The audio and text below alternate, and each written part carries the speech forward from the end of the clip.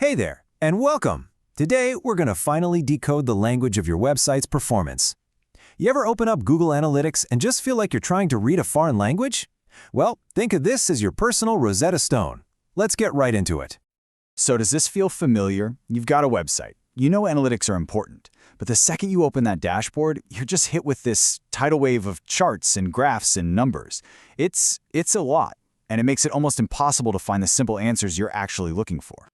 You know the routine, right? You got your website open in one tab, your analytics in another, and you're just flipping back and forth, trying to answer what should be a simple question. Are people liking this new page? It feels like this frustrating scavenger hunt that you never even wanted to be on.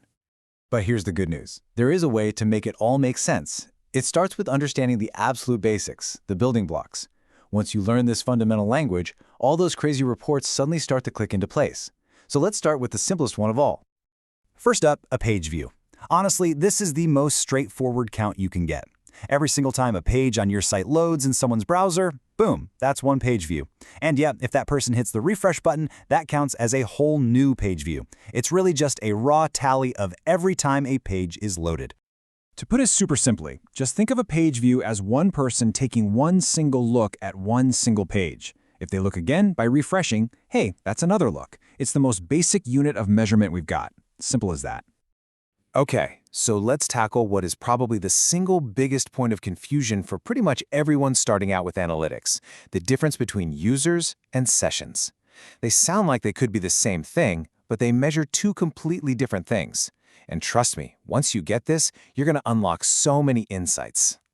First, let's talk about a user, or sometimes you'll see it called a visitor. This is the who. Now, analytics tools figure this out by placing a tiny little file called a cookie on a person's browser.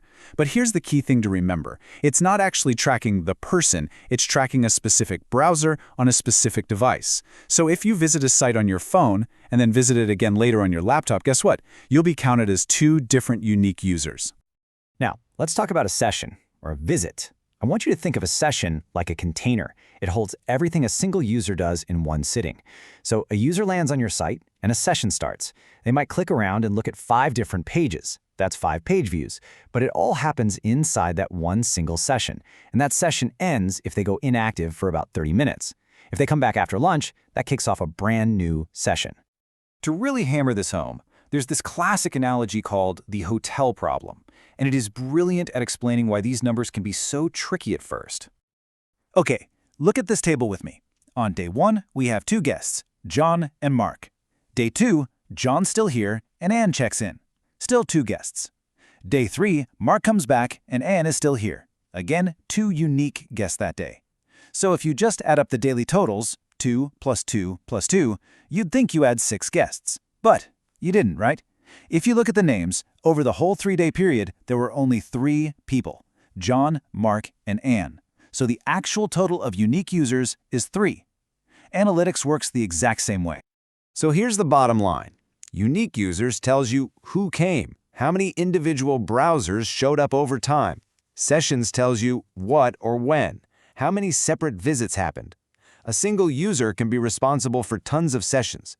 You might visit your favorite news site every morning. That's 1 unique user, but 7 different sessions each week. All right, so now we know how to count the people and their visits. But let's get to the really juicy stuff. Are people actually engaged? Are they interacting with your content? These next metrics are all about measuring the quality of your traffic, not just the quantity. First up is session duration. This seems simple, right? It's the average time people spend on your site. But there's a huge catch. Analytics can only measure the time between clicks. It starts a stopwatch when you land on page A and stops it when you click to page B. So, what about that very last page you look at before you leave? There's no next click. The clock never stops. Because of this, it can't measure the time on that final page, which means the number you see is always a little lower than reality. And that leads us perfectly to the infamous bounce rate. A bounce is when someone lands on a page of your site and then leaves without doing anything else. No clicks, no form fills, nothing. They just came, saw that one page, and were gone. Bounce rate is just the percentage of all your sessions that were single-page visits like that. So let's say you check your analytics and you see this for a page you worked really hard on, an 85% bounce rate. What is that telling you? It means that out of every 100 people who arrive, 85 of them are taking one look and leaving immediately. Ouch. And then right next to that number, you see this, an average session duration of only 12 seconds. Now you're starting to see a story form, and it's not looking good. People are showing up and leaving almost instantly. Now hold on. A high bounce rate isn't always a bad thing. Think about it. If someone Googles your phone number, lands on your contact page, gets the number, and closes the tab, that's a bounce, but it was a total success. But a lot of the time, it does signal a problem. Maybe your ad promised something your page doesn't deliver. Or maybe the page is just confusing and hard to use. It's a huge red flag that tells you, hey, you need to investigate why people are leaving so fast. And that's really the key here. None of these metrics mean anything on their own. They're all just pieces of a larger puzzle, but when you start putting them together, they stop being just random numbers on a screen, and they start telling you a story about what people are actually doing on your website. So think about that whole journey. First, a user shows up at your site. Their arrival kicks off a session. During that session, they might generate a bunch of page views by clicking around. And finally, their session duration and whether or not they bounced tells you how engaged they were. See, each metric builds on the last to tell the complete story. And that's what this is all about. Analytics isn't just a bunch of data. It's a form of communication. Every click, every session, every bounce, it's all feedback from your audience. When you learn to speak this language, you can finally stop guessing and start understanding what your users have been trying to tell you all along. So I'll just leave you with this one question. Now that you've got the decoder ring, now that you can speak the basic language of your website, what story is it telling you?